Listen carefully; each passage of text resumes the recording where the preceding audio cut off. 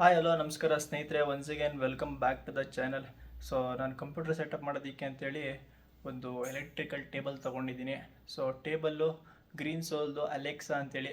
So ಅದ್ರದ್ದು assembly ವಿಡಿಯೋನ ಹಾಕಿರ್ತೀನಿ. ಸೊ ಯಾವ ಥರ ಟೆಕ್ನಿಷಿಯನ್ನು ಅನ್ಬಾಕ್ಸ್ ಮಾಡಿ ಅಸೆಂಬ್ಲಿ ಮಾಡ್ತಾರೆ ಅದನ್ನು ಫ್ರಂಟಲ್ಲಿ ಹಾಕಿರ್ತೀನಿ, ನಿಮಗೆ ಬೇಕಂದರೆ ಅಸೆಂಬ್ಲಿ ಮಾಡ್ಕೊಳ್ಳೋಕ್ಕೆ ರೆಫರೆನ್ಸ್ ಸಿಗಿರಲಿ ಅಂತ.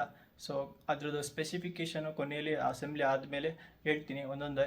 ಸೊ ಯಾವ ಥರ ಇದೆ ಟೇಬಲ್ಲು ಅಂತ. ಸೊ ಕಂಪ್ಲೀಟಾಗಿ ವಿಡಿಯೋನ ನೋಡಿ ಸಪೋರ್ಟ್ ಮಾಡಿ.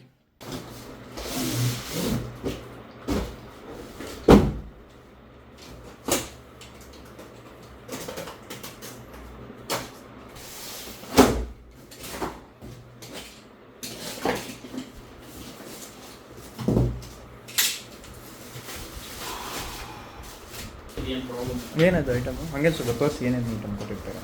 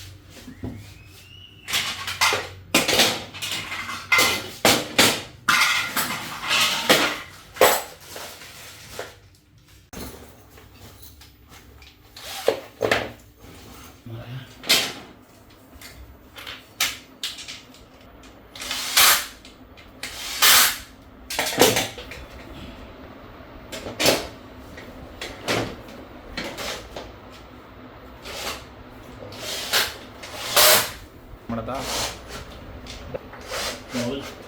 ತುಂಬ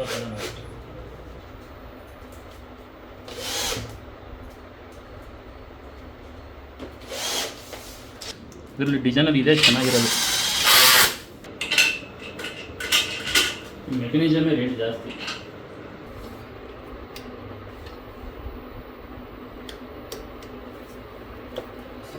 ಗೊತ್ತಾಗುತ್ತೆ ಅಷ್ಟಾಗಲ್ಲ. ಈ ಕಂಪ್ಯೂಟರ್ ರೇಟ್ ಎಷ್ಟು ಅಂತ ನಡೆಯುತ್ತೆ, ನಿಮ್ಮ ಬರ್ತವೆ 40,000 50,000 ಇದಾವೆ. ಸೊ ನಾವು ಕೆಲಸಕ್ಕೋಸ್ಕರ ಇಲ್ಲಿ ರೂಮ್ ಮಾಡಿದ್ದೀನಿ ಅಷ್ಟೇ.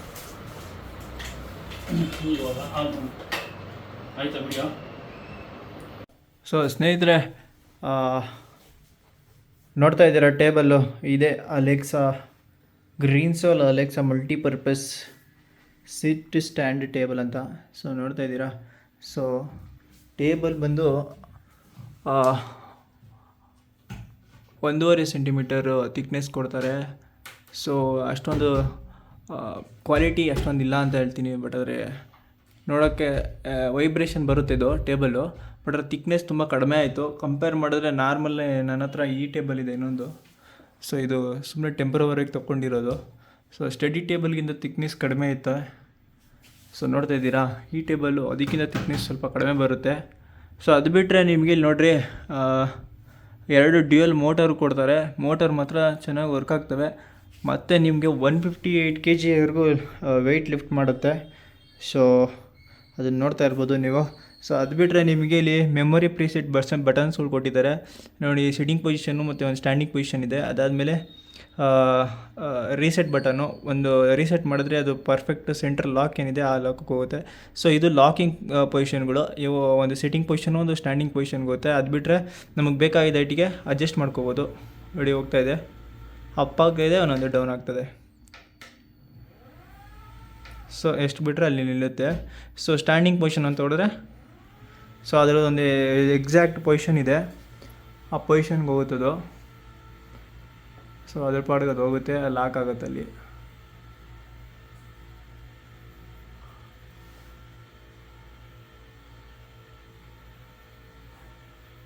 ಸೊ ನೋಡ್ತಾ ಇದ್ದೀರಾ, ಸೊ ಎಲ್ಲಿಂದ ಎಲ್ಲಿವರೆಗೂ ಹೋಗ್ತೈತೆ.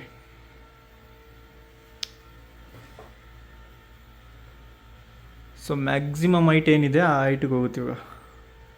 ಸ್ಟ್ಯಾಂಡಿಂಗ್ ನಾವು ನಿಂತ್ಕೊಂಡ್ರೆ ಯಾವ ಹೈಟಿಗೆ ಬರ್ತೀವಿ ಆ ಹೈಟಿಗೆ.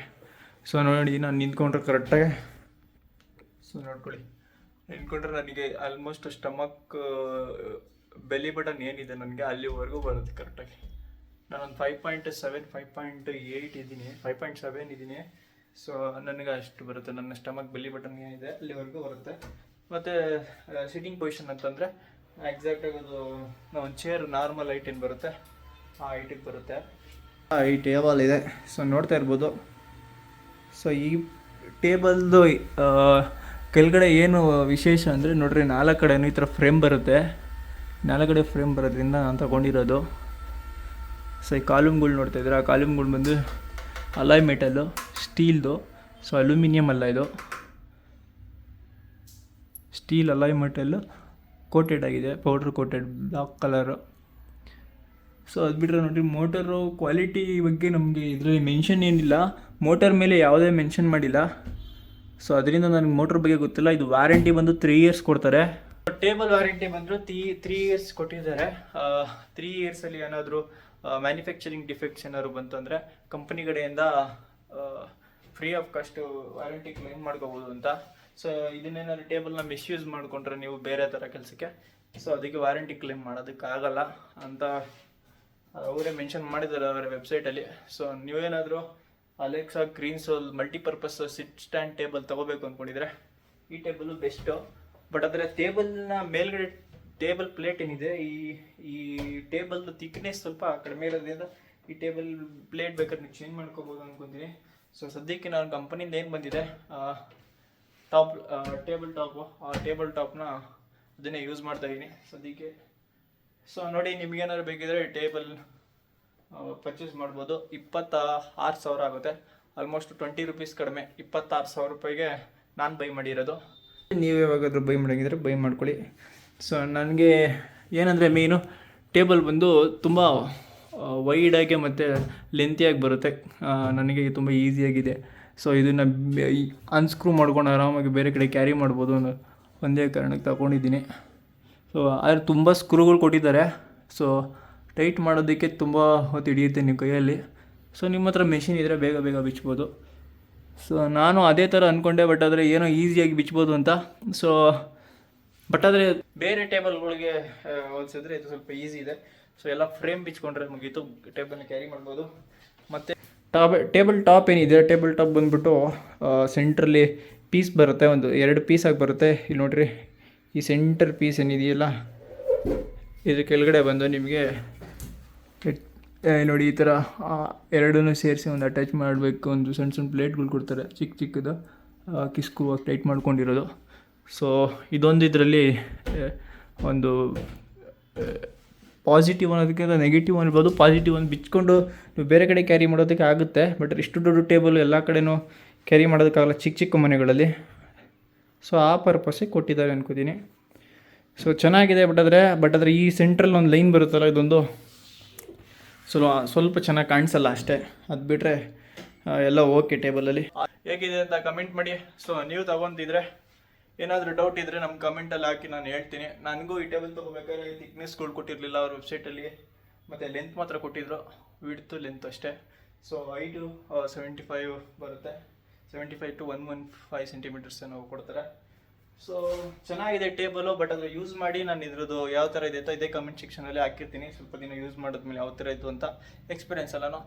ಸೊ ಅಲೆಕ್ಸಾ ಗ್ರೀನ್ ಸೋಲ್ ಅಲೆಕ್ಸಾ ಸಿಟ್ ಸ್ಟ್ಯಾಂಡ್ ಟೇಬಲು ಹೇಗಿದೆ ಅಂತ ಕಮೆಂಟ್ ಮಾಡಿ. ಸಿಗೋಣ ಮುಂದಿನ ವಿಡಿಯೋ. ಅಲ್ಲಿವರೆಗೂ take care and bye bye.